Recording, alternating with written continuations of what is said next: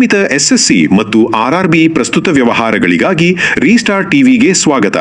ಇವತ್ತಿನ ಪ್ರಸ್ತುತ ವ್ಯವಹಾರಗಳನ್ನು ನೋಡೋಣ. ಆಕಾಶ ಏರ್ ಅಂತಾರಾಷ್ಟ್ರೀಯ ವಾಯು ಸಾರಿಗೆ ಸಂಸ್ಥೆಗೆ ಐಎಟಿಎಗೆ ಸೇರಿದ 5ನೇ ಭಾರತೀಯ ವಿಮಾನಯಾನ ಸಂಸ್ಥೆಯಾಗಿದೆ.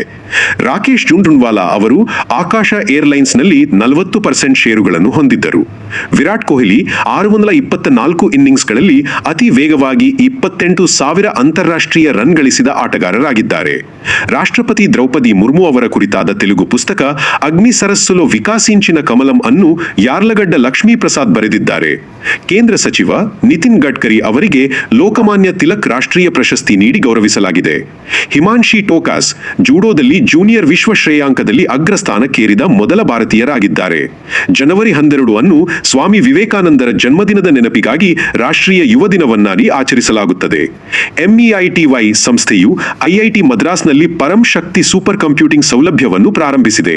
ಕೇರಳ ರಾಜ್ಯವು ಫೇಸ್ಲೆಸ್ ಜಿಎಸ್ಟಿ ತೀರ್ಪನ್ನು ಪ್ರಾಯೋಗಿಕವಾಗಿ ಆರಂಭಿಸಿದ ಮೊದಲ ರಾಜ್ಯವಾಗಿದೆ. ಗುಜರಾತ್ ಮುಖ್ಯಮಂತ್ರಿ ಭೂಪೇಂದ್ರ ಪಟೇಲ್ ಅವರು ಕ್ಯಾನ್ಸರ್ ಪತ್ತೆಗಾಗಿ ಆಶಾ ಒನ್ ಮೊಬೈಲ್ ಘಟಕವನ್ನು ಉದ್ಘಾಟಿಸಿದರು.